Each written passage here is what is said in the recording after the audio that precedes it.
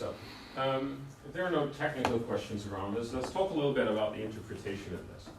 So, let's think about the two numbers here. So the first price was 0.4, the second price was 0.5. And already kind of asked the question, why are they different?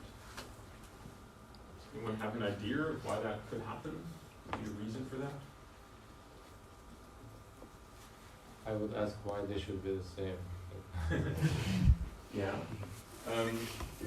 Okay, so that's also a good point. So they don't necessarily have, but we still need to explain the difference, right? So why is one higher than the other?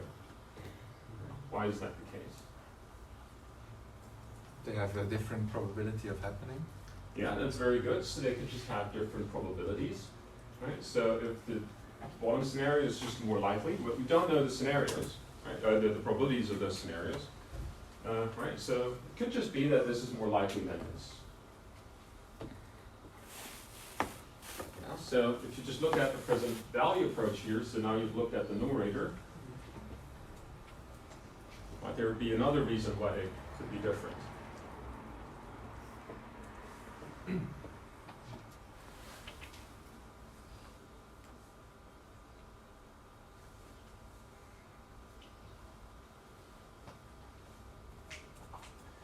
If you look at the formula, well, they have the risk-free rate in there, and the risk-free rate is the same for both, right?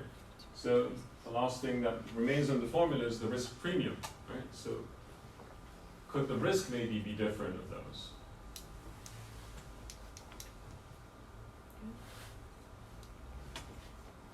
Maybe the first one is more suitable for arbitrage, and the second one is more like the control by. Yeah, so I wouldn't necessarily agree to that, but I like your approach. So, you're looking for something that's not on the slide, kind of a rationale for it. I would say that they're both equally suitable for arbitrage, so it's not the reason, but yeah, look for something that's outside the logic here. Right. So I've generically called these scenarios here up and down scenario, but that's not really meaningful to call it up and down. So maybe let's use one of the other interpretations which I mentioned before. Let's call the upward scenario, let's call that an economic growth scenario. Let's call the bottom scenario recession. And then maybe let's think about your own situation. So you're studying here for 2 years, and then we'll go to the labor market and try to find your dream job in your dream location with a decent salary. Well, now let's think about what happens with you and your academic career, your future career in those two scenarios. So in the upper scenario, let's assume when the economy is growing, you will more easily find your dream job. Good students with graduates are in demand, so maybe you get a decent bonus at the end of the year, so life is good for you. Now, what happens in the recession? Say the war in Ukraine continues, maybe energy prices go up and companies stop hiring, right? So maybe you don't find a job easily, or it's not your dream job, and companies, because they have to pay for energy so much, they don't pay you a bonus. Right? So just to kind of attach meanings to those two scenarios.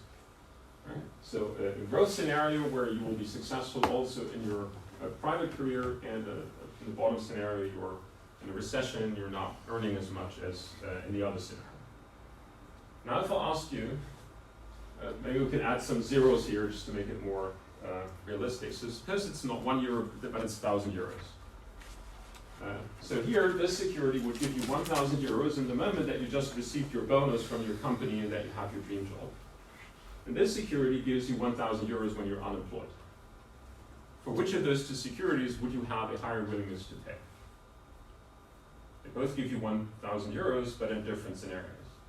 Which one would you rather buy, and for which would you pay more? The first one, and that's because the first one is more preferable. It's lower than the second one. Yeah. So suppose you got a 10,000 euro bonus, right? So this one increases your wealth from 10,000 to 10,000 to 11,000. And here you don't have anything, right? So you have zero in your bank account, and it increases your bank account from 0 to 1,000. Did you really pay more for this? Very surprising answer. Wait,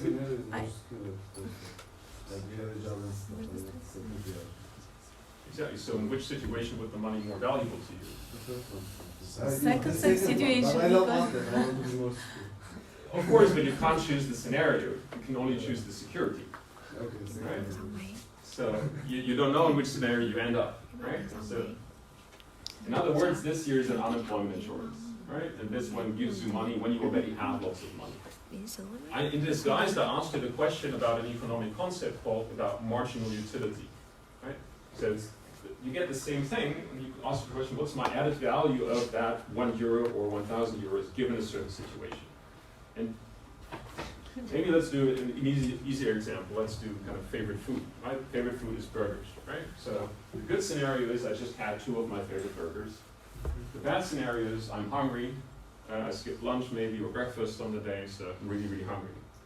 Now the question is, what's my willingness to pay for the next burger? Either after I already had 2 burgers or when I'm hungry.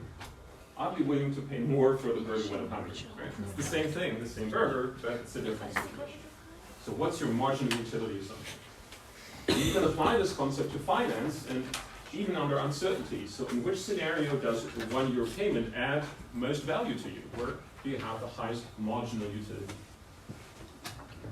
So that's what I meant with the basic fundamentals of asset pricing theories. Asset pricing theories do not only incorporate risk itself, they also look at, do I get money in good scenarios of the world or bad scenarios of the world?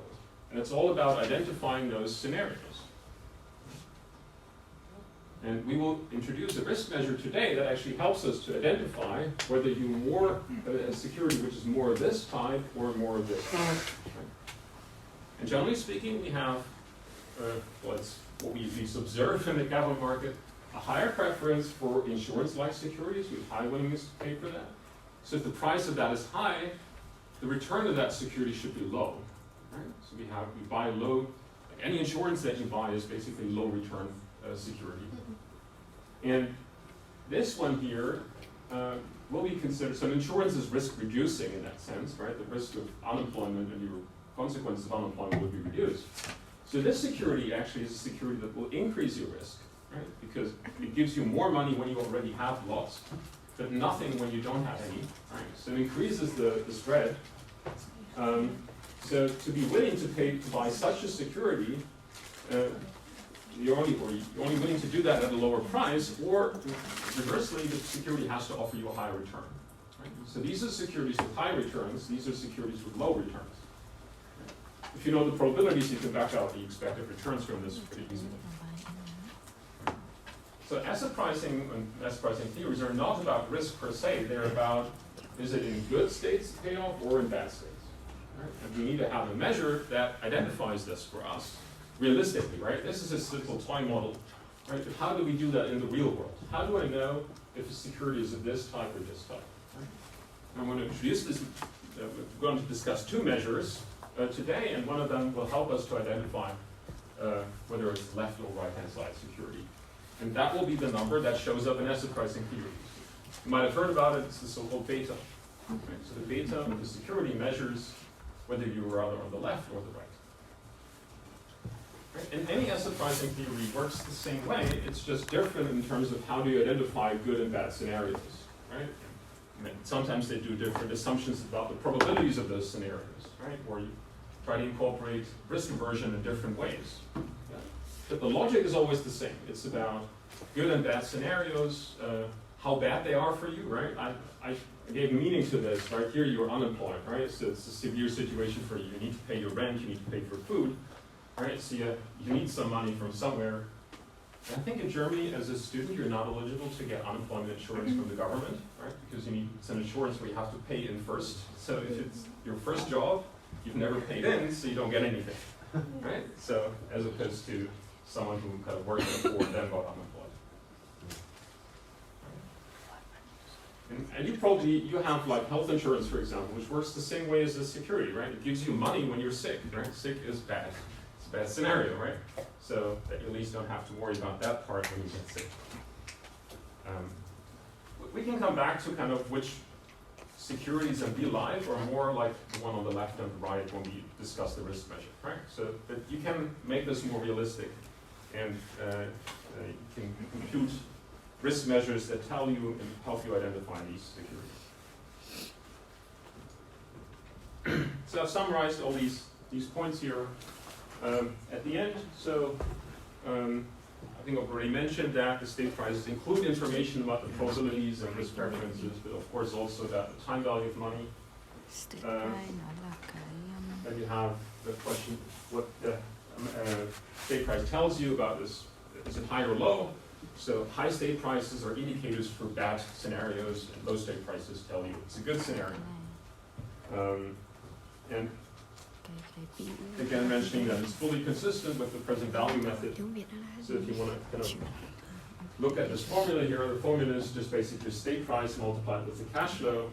You can easily write this in terms of the present value method as your expected cash flow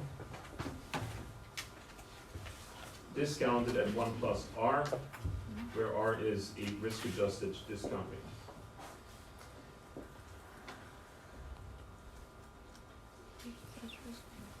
And these two formulas give you the same result. It's just different forms of writing this down, basically.